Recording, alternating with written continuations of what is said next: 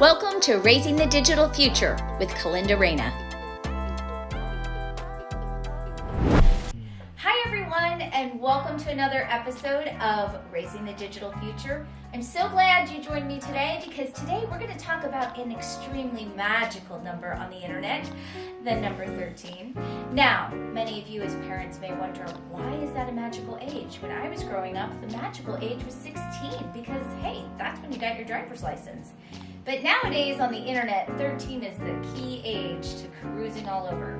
And that's for a simple reason called the Children's Online Privacy Protection Act. So this law was passed back in 1998 when for some reason legislators thought at 13 kids became totally responsible online. And so as a result, here in the US, us parents have to give consent until our kids turn 13. So one of the things that can be a huge challenge for us parents when we're torn in so many different directions is our kids often come to us with requests to join apps or websites, and they require parental consent. And I know I have that inkling of wanting to just let them lie about their birth date so they can get on without needing me. But if that's you, don't do it. I resist the urge every time. And the reason is that our kids' identities are being created on the internet. Whenever they put in a birth date, whenever they're joining a website, wherever they go and enter information, a version of their identity is being created in the internet, and it will stick with them. And so what you want to make sure you're doing is helping your children, especially on sites where they may be interacting with them for years to come, that they're presenting themselves in an honest and truthful way, and it is a real representation of their identity. So giving your kids the pass to just lie about their age doesn't really do anyone good.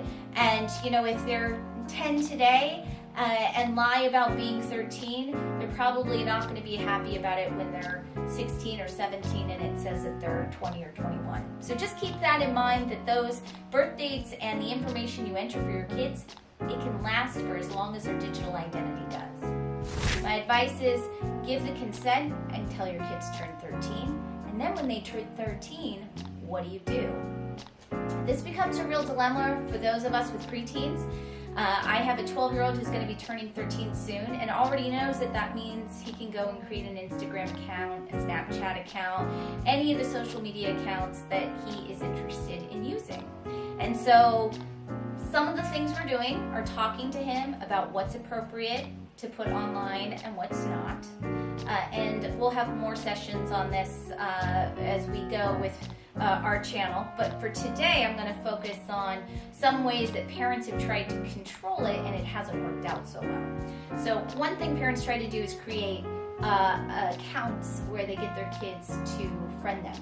And what children will do is create fake accounts that only their parents are really seeing while their friends are seeing their reality account. So these are called Finstas or Sinstas.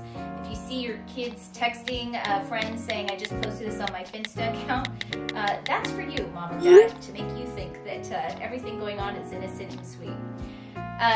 So I don't suggest trying to get your kids to friend you on their social media accounts because often they may be filtering what you do see. But I do suggest, especially as they're turning 13, to sit down with them and create those accounts with them. So talk them through the information that they're providing to these companies, talk them through the different settings. So walk through and talk about privacy settings they might be able to put on, actually marking their Instagram or other accounts to private, and then discussing what kind of information, pictures, and other things are comfortable posting. Now, I know a lot on this channel I talk about just the simplest thing, which is talking to your kids about all of this. And I know that seems like it's not an excellent solution because maybe there should be some way of tracking them or putting in cameras to see what they're doing online, or some way of getting back information to check on them. And unfortunately, as they get to that teen age, it gets harder and harder for us as parents to check and see exactly what they're doing online. So we've got to be talking to our kids about what is appropriate. And one of the ways I do that for my children is to remind them that anything they post online should be something that they are comfortable with their friends' parents seeing and everyone at school seeing. And sometimes when you put it in that context, it really helps them think about it. So I hope this discussion has been helpful for you. I'd love to see your comments on this topic because this is a tough one for all of us parents. And please do subscribe below and let's keep the conversation going.